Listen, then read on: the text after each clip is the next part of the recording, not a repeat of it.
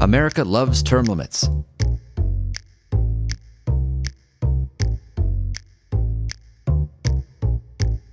Hi, I'm Philip Blumel. Welcome to No Uncertain Terms, the official podcast of the term limits movement for the week of February 14th, 2022.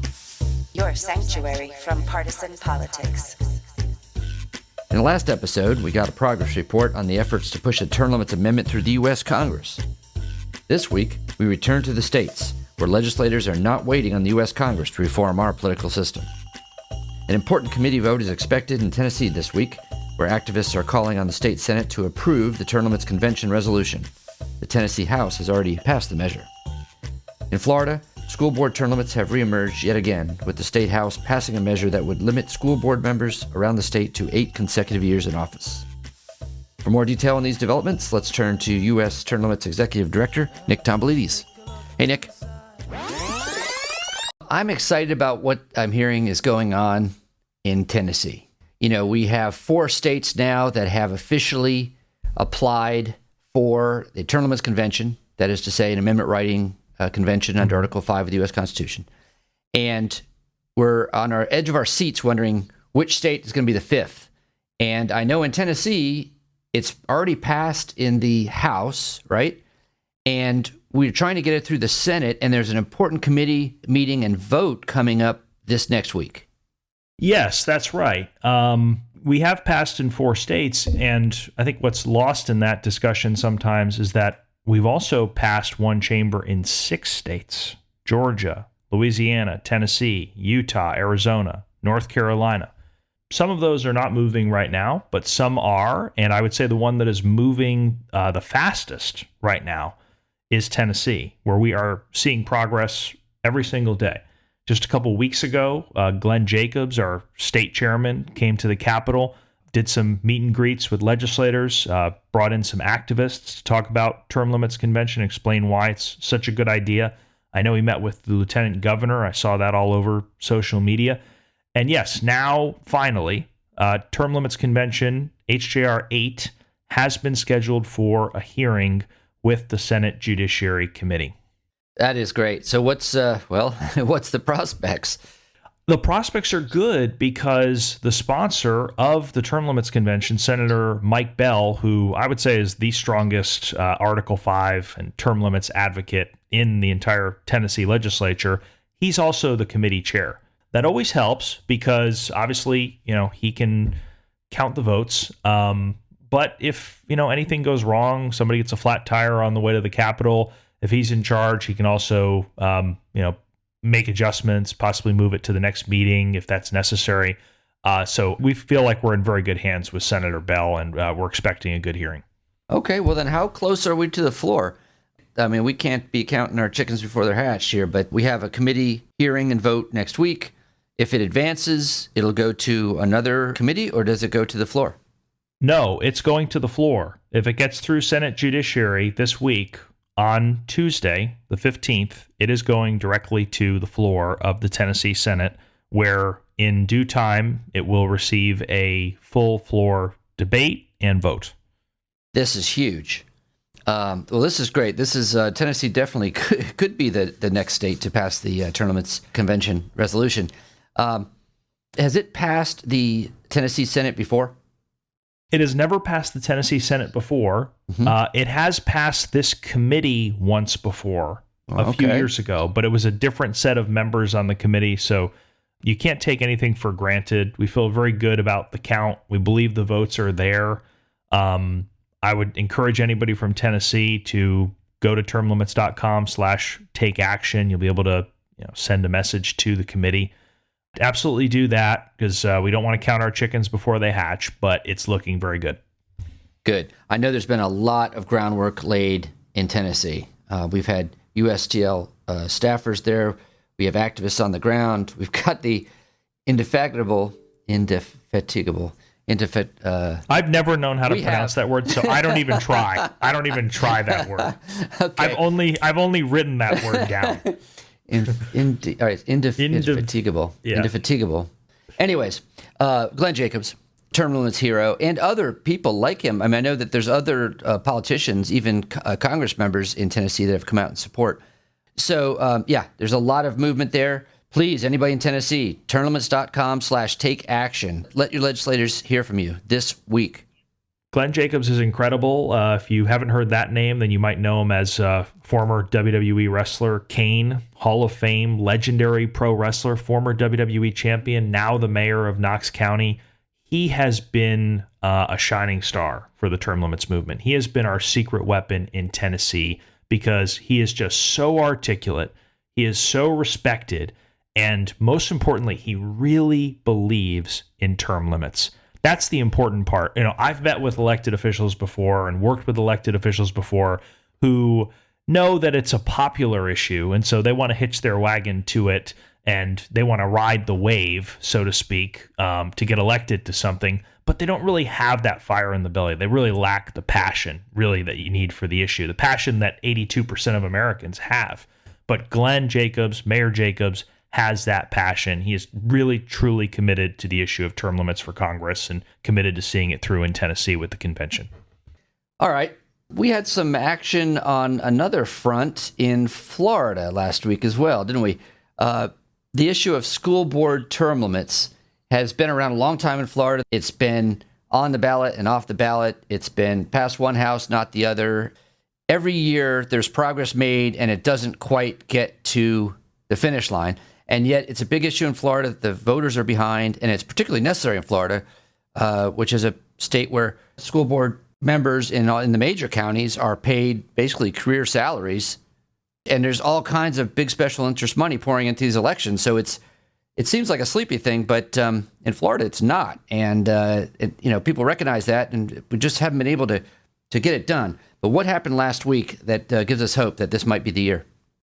By the way, Florida is a huge outlier in that regard, in having a professionalized, paid school board that makes higher than the median personal income for the state. And by the way, most school board members also have other full-time jobs, so they're totally double dipping for the 2 meetings they have to attend a month. Yeah, right. Most states, it's an unpaid position, not just low paid, but unpaid. I mean, even in big states, New York and New Jersey and Pennsylvania and these places, they don't get paid to be on the school board. No, they get like free pencils and erasers, but that's it. Yeah. So in a normal year, what I find myself doing is schlepping my way back and forth from Melbourne, where I live, to Tallahassee to attend committee hearings for school board term limits. Because normally it has to go through 3 committees before it can get to the floor of either the state house or the state senate. This year has been completely different because there basically was no school board term limits bill that was moving. There was a bill that would have changed school board salaries, which would have eliminated school board salaries completely, but it wasn't getting a lot of traction. It was getting immense pressure from the unions and from the school boards. And what the Florida House did in the 11th hour was they made a floor substitute. They completely eliminated that language to stop paying the school board members, and they replaced it with school board term limits. Well, I'm okay with that. I'm okay with that too. So it this time around, it completely circumvented the committee process and went directly to the floor. Quite honestly, we've had like 15 different committees over the last few years. We've heard every possible argument that could possibly be made against this, and we've still gotten it to the floor every time. So we didn't really need those committees. But it went directly to the floor, and it passed. It was nearly a straight party line vote. I think there was one Democrat who supported it this time around. But it passed, and it didn't need 3/5 majority because, unlike previous years, this was a state statute. It was not an amendment to the Florida Constitution. So you can pass a statute with a pure majority, and that's what this was. So the state house has now passed it, and it's incumbent upon the state senate to finish the job. Success last week in Florida, and hopefully success this week in Tennessee. Tune in next week, and we'll let you know how it went in Tennessee. This is a public service announcement. One of the biggest stars of the term limits movement right now is Glenn Jacobs, the mayor of Knoxville County, Tennessee. Last week, Jacobs was featured on the National Desk with Jan Jeffcoat, a new daily national TV news program that premiered on Sinclair Radio Network in January. It is telling that the Washington, D.C.-based news program turned to Jacobs in Tennessee to find its spokesman for term limits. No doubt, America is deeply divided with career politicians on Capitol Hill, and my next guest is taking on the D.C. swamp by pushing term limits he says would break up the power structure. Joining us right now is the Tennessee chair for U.S. term limits and Knox County Mayor Glenn Jacobs. Mayor Jacobs, welcome to the National Desk. Morning. Thank you for having me. You've been there since 2018 as mayor, so 3 years now. Why are you so passionate about term limits on Capitol Hill? Well, I'm not the only one. Term limits are, as you mentioned in the open, one of the issues that unites people across the country, whether you're Democrat or Republican. Over 80% of folks agree with the idea of term limits. And I think that what it does is it really helps eliminate the career politicians from Washington, D.C. And that's specifically what we're talking about here is congressional term limits on Congress and on the Senate. We have term limits on the presidency, and I see no reason why we shouldn't have those on Congress as well. You said yourself that Congress does not want to impose term limits on themselves. So in what way do you believe, and others also that agree with you, that term limits can be achieved on Capitol Hill? I mean, how much of an uphill battle is this? Well, the idea of U.S. term limits is actually to circumnavigate around Congress and use an Article 5 Convention of the States. There are two ways to end the Constitution. One is Congress can do it directly with the two-thirds vote of each house, and then it goes to the states' ratification. But also, if two-thirds of the states get together, two-thirds of the state legislatures call for a convention of the states, an amendment can be proposed that way. So, yeah, since Congress is probably not going to do it themselves, we can actually do it through the states. Now, you do have some senators, even on the Republican side, like Chuck Grassley, who has openly supported the idea of term limits.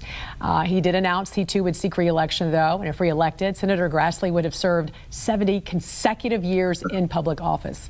Now, he said, quote, I'm going to read this to you, "You would be diluting the influence of your state if you decide to quit after 2 terms when other people don't have that. You also have to realize the ballot box is term limits if people don't want you in there." That's just kind of the way I look at it. So what do you say to Senator Grassley when he says, you know what, the ballot box is kind of the terms limits right here? Sure. In a perfect world, of course, unfortunately, in the world that we live in, incumbents receive the vast amount of campaign funding. They have more influence. They just have a huge advantage over people coming in that would try to unseat them. And we know that because in my own case, the county mayor previous to me, who's now U.S. Congressman doing a great job, Tim Burchett, he was term limited. And if he had been term limited, there's no way that I would have run because I know that I couldn't take that seat. So when we're talking about, the ballot box being a term limit, yeah, of course. But the advantages, the really home court advantage that it gives incumbents because of all the money now in politics is huge. Mayor Jacobs, I'm just curious, when you go out and you talk to voters, what are their biggest issues right now? And what do they think about the midterms? Biggest issue is inflation and the state of the economy and rising prices here in Tennessee. Also, immigration is still a big issue on the minds of voters. I think in the midterms, I think it's really going to be a red wave. Unfortunately, President Biden has had a disastrous first year, and the policies that they're pushing are not working. And I think the people really want to get back to good conservative policies for this country that actually work. You think we might see you on Capitol Hill sometime? Are you thinking about maybe a run for Congress one day? No, not really. Like I said, my congressman here does a great job, Tim Burchett. I'm also happy with our U.S. senators, so I will sit that out probably forever. All right. Mayor Glenn Jacobs, thank you so much for joining us this morning. We appreciate it. Have a good one. Thank you. Hey, Phil, there's a very important holiday coming up soon. Oh, President's Day? Hell no. Term Limits Day, man. Term Limits Day. Of course. 4th annual Term Limits Day is coming up on February 27th. It's a celebration of the most successful grassroots movement in modern American history. Right. And remind everybody why it's February 27th. It is February 27th because that was the date in 1951 when the 22nd Amendment to term limit the president was ratified. It officially became part of the Constitution. And we said, sorry, FDR, no one's ever going to do that again. That's right. So you're telling me that there is precedence for a constitutional amendment putting term limits in in the U.S. Constitution? Okay, because that's what we're trying to do again, and so it clearly can be done. And this is a annual holiday reminding us that it can be done and that it should be. Term Limits Day is a holiday that we ask people to make some kind of public support for this idea. Just remind people that it's a current issue and remind the politicians in your neighborhood that you support it. So this could mean wearing a button, putting a sign in your yard, sending out Happy Term Limits Day emails, posting something on Facebook, Happy Term Limits Day, February 27th, etc. We have a website up where it has a list of ideas. That would be termlimits.com/termlimitsday. And to check that out, and you might have some other things that you want to contribute and let us know about through that site. Ideas that we can share with other Americans that want to celebrate with us. The way I judge whether Term Limits Day is successful is, was it bigger than it was the year before? And, we had a little bit of COVID stuff getting in the way last time. So it shouldn't be too hard to surpass that. But we want to see more activists. We want to see more events, more tweets, more emails, more letters to the editor. Let's get the word out there. Let's get term limits trending on Term Limits Day. Yeah, let's do that. Thanks for joining us for another episode of No Uncertain Terms. The term limits convention bills are moving through the state legislatures. This could be a breakthrough year for the term limits movement. To check on the status of the term limits convention resolution in your state, go to termlimits.com/takeaction.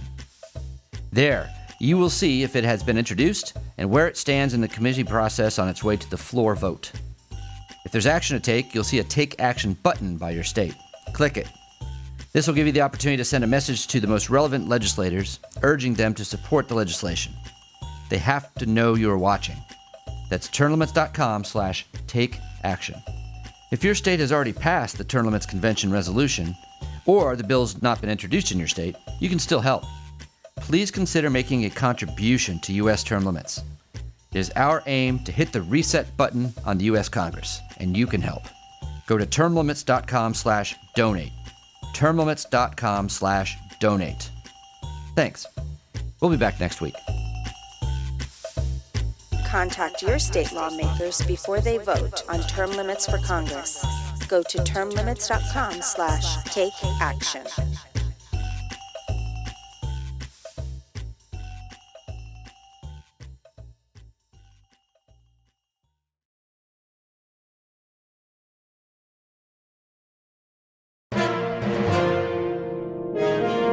USTL.